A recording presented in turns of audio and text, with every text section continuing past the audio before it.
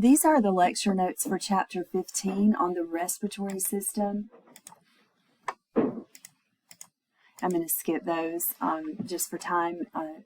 The respiratory system is defined as or consists of structures involved in physically moving air into and out of the lungs. So it would even include the muscles used when you inhale, and exhale, that kind of thing. But the physically breathing. And also gas exchange, so oxygen coming from the lungs into your blood, or moving from the lungs into your blood, and then moving from your blood into your tissues. So gas exchange takes place at air-filled pockets or air sacs in the lungs called alveoli. So this is generally an overview of your respiratory system. It's going to involve breathing and gas exchange. The functions of the respiratory system: it provides a large area for gas exchange between the air and circulating blood. It moves air along respiratory passageways to and from the gas exchange surfaces of the lungs. It protects respiratory surfaces from dehydration, temperature changes, and pathogens. It produces sounds for speaking, singing, and other forms of communication, and aids in the sense of smell in the nasal cavity. So we can divide the respiratory system into the upper and lower respiratory system. Upper is from the nose to the pharynx or throat, so it includes the nose, nasal cavity, paranasal sinuses, and the pharynx or throat. And the structures are designed to filter, warm, and humidify the incoming air. In this way, when the air is warmed and humidified, you can actually extract more oxygen from the air that way than if it was cold and dry. So warm and humid, you can extract more oxygen that way. Then the lower respiratory system will start with the larynx or voice box and move to the air sacs of the lungs, the alveoli. So it includes the larynx, the trachea or windpipe, the bronchi, and the lungs. And the lungs contain smaller airways called bronchioles, and also air sacs called alveoli. So the upper is from the nose to the pharynx, and the lower is from the larynx to the lungs.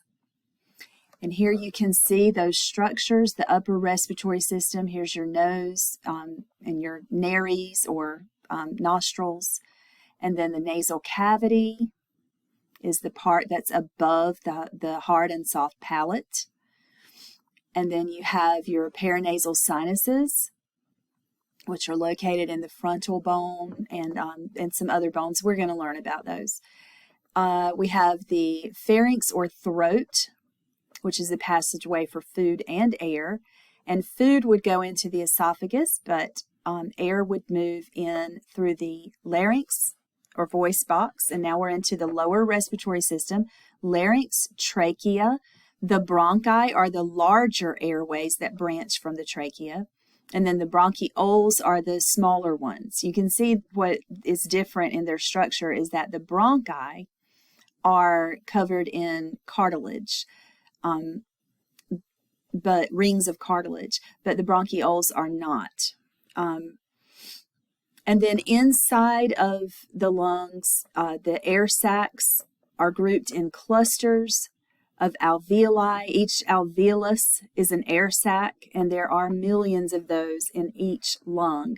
So that's where the lower respiratory system ends. Functional zones of the respiratory tract. So the respiratory tract refers to the passageways that carry air to and from the exchange surfaces in the lungs. So all the way from your nose to the alveoli, to the bronchioles. Okay, so all the way from the nose to the bronchioles. And the respiratory tract is divided into the conducting portion, whose function is to conduct or transport the air, and the respiratory portion, which is functioning in gas exchange. So the conducting portion goes from the nasal cavity to the larger bronchioles, because there are larger ones and then there are smaller ones that are attached to the alveoli. So nasal cavity to larger bronchioles, and the function of the conducting portion is to filter, warm, and humidify the air before it gets to those alveoli. Then the respiratory portion functions in gas exchange, moving oxygen into the blood and moving carbon dioxide out of the blood. So the respiratory portion consists of the respiratory bronchioles, which are small and thin, and the alveoli, or the air sacs. As far as the conducting portion, a few things that you need to know is the lining of those airways in the conducting portion. The lining is epithelial tissue, and we call it the respiratory mucosa. The conducting portion of the respiratory tract is lined with ciliated columnar epithelial, actually ciliated pseudostratified columnar epithelium. It has many mucus cells because it produces a lot of mucus that traps pathogens and debris. And beneath or deep to the respiratory mucosa is a connective tissue called the lamina propria. And so the mucus coats the exposed surfaces of the respiratory tract, and again, it traps pathogens and other debris. And then there is cilia on the surface of that lining of those epithelial cells, and the cilia sweeps the mucus and the trapped debris toward the pharynx, or the throat, so that it can be coughed up and actually, swallowed. So, and then your digestive system would take care of it, break it down. The process is called the mucociliary escalator, that sweeping of mucus and trapped debris by the cilia that lines your respiratory tract. The debris and microorganisms are then swallowed and destroyed by acids and enzymes in the stomach. So here we can look at a portion of the airways kind of blown up here, so you can see that escalator that we were talking about. So the lining of the airways, this pink tissue here that you see, these tall cells, are pseudostratified because they appear layered, but they're not. All of the cells actually contact the basement membrane, but they're epithelial cells. They're ciliated. All this along the surface is little hairs called cilia. And what the cilia does is it sweeps mucus and pathogens and debris that's trapped in the mucus up toward the pharynx, or the throat. So here you have your respiratory mucosa, and then the layer of connective tissue that's deep to that epithelial tissue is called the lamina propria. Now we're going to move on to the nose. Air enters through the nostrils, or nares, is how you say that, nares. The nostrils open into the nasal cavity, and we can divide that nasal cavity into the nasal vestibule, which is the space enclosed by the flexible tissues of the nose. That's called the nasal vestibule. And then the nasal septum is a divider, divides the nasal cavity into right and left sides. Then you have the hard palate that is formed by the palatine bones, and that forms the floor of the nasal cavity and separates it from the oral cavity.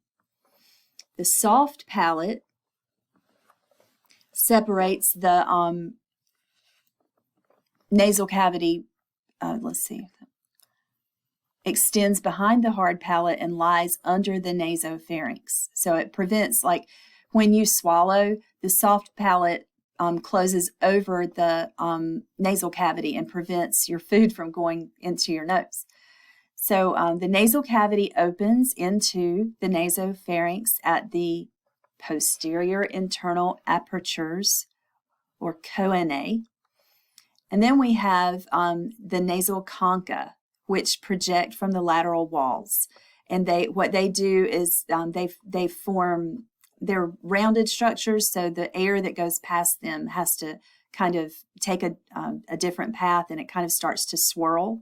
And that swirling of the air coming into your nasal cavity, it helps to warm and humidify the incoming air by increasing turbulence of the airflow. So that swirling is turbulence. All right, flow through the nasal cavity. So the nasal cavity is cleared and flushed by mucus produced by the respiratory mucosa and mucus produced in the paranasal sinuses. Also by tears flowing through the nasolacrimal duct. That's a duct that connects it goes from the eye sockets or from the eyes to the nasal cavity. The exposure to dust, debris, allergens, or vapors increases the mucus production. All right, the pharynx is the throat, and this is a passageway shared by the respiratory and digestive systems. So food, drink, and air pass through the pharynx. These are the subdivisions. There are 3 subdivisions of the pharynx. There's the nasopharynx, which is from the posterior internal apertures to the posterior edge of the soft palate, but basically it's just the most superior portion of the pharynx. And it's lined by ciliated respiratory epithelium. The pseudostratified ciliated columnar cells are going to line the nasopharynx. The pharyngeal tonsils are going to be found in the nasopharynx, and also the entrance to the auditory tubes, which connect to your ears. Then we have the oropharynx, which is the middle portion from the soft palate to the base of the tongue, and it's lined by stratified squamous. It contains the palatine tonsils. And the laryngopharynx is from the base of the tongue to the entrance of the esophagus. And so it is lined by stratified squamous epithelial tissue as well. Now we can look at a picture. So what we have is closer to the teeth, we have the hard palate, and then further toward the throat, we have the soft palate. And the hard palate is formed from the palatine bones. Now, here's the nostrils or nares entering into the nasal cavity, and this area that I'm encircling here is called the nasal. This is the nasal vestibule, and further back is the nasal cavity itself. And you can see these concha, the nasal concha. You have the superior, middle, and inferior nasal concha, and when air goes past those, then it kind of swirls and creates turbulence, and that helps to warm and humidify that air. Your paranasal sinuses are found in the frontal bone. You have the frontal sinuses, and you can see from here, from this view, you can't see the others, but there's also the sinuses found in the maxilla. Yeah, they're not shown on this one. And then another set of sinuses. We will definitely go through the paranasal sinuses in another section. So let's just skip on so that you know the pathway of airflow. So air comes in through your nostrils, passes by these nasal concha, where it's warmed and humidified, past the nasal cavity into the nasopharynx, oropharynx, laryngopharynx, and then into the past the glottis. Sorry, I'm going into the esophagus. I don't mean to. Laryngopharynx, past the glottis into the trachea. Okay, so this is the pathway of airflow is this way. See if there's anything else. The tonsils. Here are your palatine tonsils. And then your lingual tonsils.